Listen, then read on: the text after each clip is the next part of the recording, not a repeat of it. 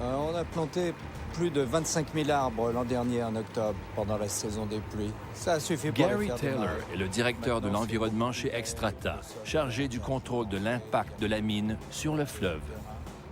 Le dépôt de zinc se trouve juste en dessous du lit du fleuve. Et lorsqu'on a proposé au début d'en détourner le cours, la question la plus importante était de savoir si ça pouvait être fait d'une manière responsable pour l'environnement.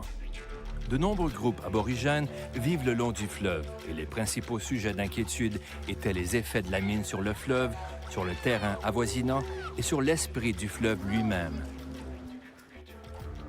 Extrata savait que pour mettre son projet à exécution, il lui fallait montrer que le fleuve pouvait être détourné tout en protégeant ses eaux.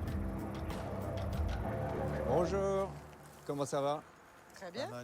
Belle Gary journée? et son équipe ont soigneusement étudié la biodiversité du fleuve pour que son nouveau lit soit aussi proche que possible de l'état naturel. Avec l'aide d'experts locaux, des plantes et des semences indigènes furent assemblées et cultivées pour être plantées dans et autour du nouveau lit du fleuve.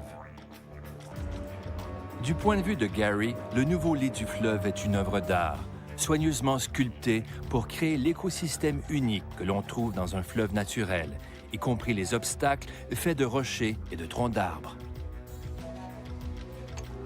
L'eau est constamment contrôlée par Extrata et par des agences gouvernementales et non gouvernementales, et les résultats sont communiqués au public. Le VO est de 9,69 9,69, et le pH 8,1. 8,1.